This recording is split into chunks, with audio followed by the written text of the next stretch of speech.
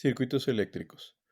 Cuando por alguna razón se tiene una acumulación de carga eléctrica de un solo signo, por ejemplo puede ser por la reacción química al interior de una batería, la tendencia de las cargas de signos contrarios es que traten de juntarse, pues se atraen entre sí.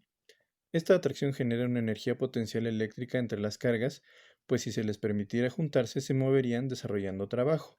Esa energía potencial eléctrica repartida por unidad de carga es lo que se llama voltaje, es decir, el voltaje es algo así como el deseo de juntarse. Un conductor eléctrico es un material que permite el paso de cargas eléctricas a través de él. Si colocamos un conductor entre los dos puntos donde se encuentran las cargas acumuladas, de inmediato las cargas se mueven para juntarse cruzando a través del conductor. Este movimiento de cargas forma lo que se llama corriente eléctrica. Si lo vemos al nivel de los átomos que integran el conductor, esta corriente se forma con los electrones que tienen carga negativa, que pueden ser arrancados de los átomos al ser atraídos por la concentración de cargas positivas. Y esto forma la corriente de electrones que va del polo negativo de la batería hacia el polo positivo. Se le suele llamar corriente real. Ahora bien, si vemos los átomos que forman el conductor, estos son inicialmente neutros, pero al arrancarle un electrón, el átomo se convierte momentáneamente en un ion positivo, pues tiene una carga negativa faltante. Esto es lo que llamaríamos un hueco. Sin embargo, pronto deja de serlo, pues el hueco es ocupado por un electrón que se haya arrancado de otro átomo que estaba más atrás, de manera que ahora ese átomo es el nuevo ion positivo.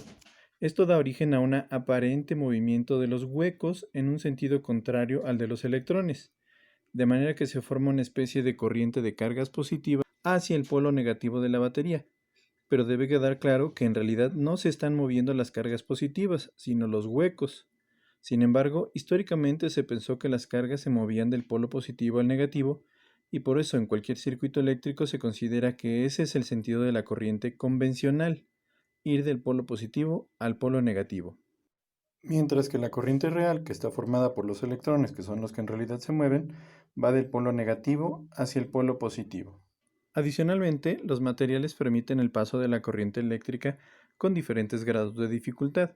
Esto va desde aquellos que lo permiten fácilmente y se les denomina buenos conductores, hasta aquellos que prácticamente no permiten el paso de carga eléctrica y se les denomina malos conductores o aislantes. Esto, junto con toda la gama de materiales intermedios, es lo que se llama la resistencia eléctrica. El arreglo formado por la fuente de voltaje, por ejemplo la batería, y los elementos de resistencia diferentes por los que fluye la corriente eléctrica se llama circuito eléctrico. A un circuito eléctrico se le pueden aplicar dos tipos de voltaje. El primero es el voltaje directo o continuo, que quiere decir que siempre mantiene la ubicación de los polos positivo y negativo. Esto es como una batería que siempre está fija, puede gastarse y disminuir su carga, pero los polos positivo y negativo siempre están en el mismo lugar. El segundo es el voltaje alterno, que funciona cambiando la polaridad de manera frecuente, es decir, durante algún tiempo los polos positivo y negativo se encuentran en cierta posición, pero luego se invierten durante otro intervalo de tiempo y después se invierten de nuevo hacia la polaridad de inicio y el proceso se repite una y otra vez, generalmente con periodos de tiempo regulares. Para visualizar esto nos podríamos imaginar un circuito donde se coloca una batería, la cual invertimos de posición a intervalos regulares de tiempo. Así que tenemos la siguiente nomenclatura: V subíndice CC o V subíndice DC, si es voltaje continuo, y se esquematiza con el siguiente símbolo. Y tenemos V subíndice AC o V con una pequeña ondita a su lado, si es voltaje alterno, que se esquematiza con el símbolo. Y la corriente se representa con la letra I mayúscula, que será I subíndice DC o I subíndice CC, cuando es causada por un voltaje directo, y se esquematiza con el símbolo. La resistencia se representa con la letra R mayúscula, pero no se establece diferencia entre el voltaje continuo y el voltaje alterno, y se esquematiza con el símbolo. Con esto, un circuito de corriente continua puede verse así, y un circuito de corriente alterna puede verse así. En un circuito, los elementos de resistencia se pueden acomodar en dos posibles configuraciones. La primera es en serie, que es cuando los elementos de resistencia están interconectados entre sí, de manera que la corriente tiene que pasar por uno para llegar al siguiente. Un ejemplo de este tipo de conexión Son las series de Navidad, en las cuales si falla una de las luces, el resto de esa serie ya no enciende. La segunda es en paralelo, que es cuando los elementos de resistencia están conectados de manera independiente entre sí. Es decir, no es necesario que la corriente pase por uno para llegar al otro.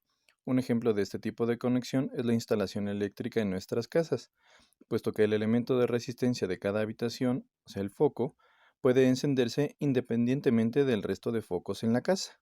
Cuando un conjunto de resistencias se conecta a una fuente de voltaje, dicho conjunto actúa para la fuente como una sola resistencia, llamada resistencia equivalente, o R subíndice EQ. Cuando se tiene un arreglo de resistencias en serie, la resistencia equivalente se obtiene de la ecuación resistencia equivalente igual a la sumatoria de los RIs con I desde igual a 1 hasta N. Esto es, la resistencia equivalente en un circuito in serie se obtiene sumando las resistencias individuales. Por ejemplo, en el siguiente circuito formado con tres resistencias en serie R1, R2 y R3, se cumple que la resistencia equivalente es igual a la resistencia 1 más la resistencia 2 más la resistencia 3. En cambio, cuando se tiene un arreglo de resistencias en paralelo, la resistencia equivalente se obtiene de la ecuación el inverso de la resistencia equivalente es igual a la suma desde igual a 1 hasta n de los inversos de las resistencias individuales. Por ejemplo, en el siguiente circuito formado con tres resistencias en paralelo, R1, R2 y R3, se cumple que 1 entre la resistencia equivalente es igual a la suma de 1 entre R1 más 1 entre R2 más 1 entre R3.